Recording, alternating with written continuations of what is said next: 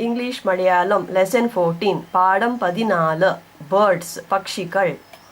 Peacock മയിൽ, crow കാക്ക, pigeon പറവ, ചിക്കൻ കോഴി, കോക്ക് പൂവൻ കോഴി, ക്രേൻ കൊക്കു, ഡവ് പറവു മാദാപറവു, സ്വാൻ അരയന്നം ഹംസം, ഡക്ക് തറവു ഈഗൽ, കഴുകൻ ഔൽ മൂങ്ങ, ಪ್ಯಾರೆಟ್ ತತ್ತ, ಸ್ಪ್ಯಾರೋ ಕುರುವಿ, ವಲ್ಚರ್ ಕಳುಕನ್, woodpecker ಮರಂಕೋತಿ.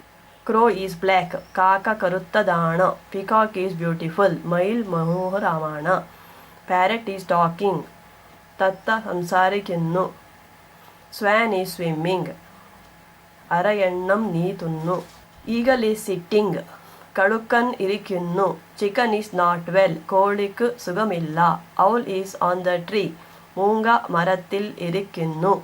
Duck is in water താറാവ് വെള്ളത്തിൽ നീന്തുന്നു. താറാവ് വെള്ളത്തിൽ ആകുന്നു. എൻഡ്.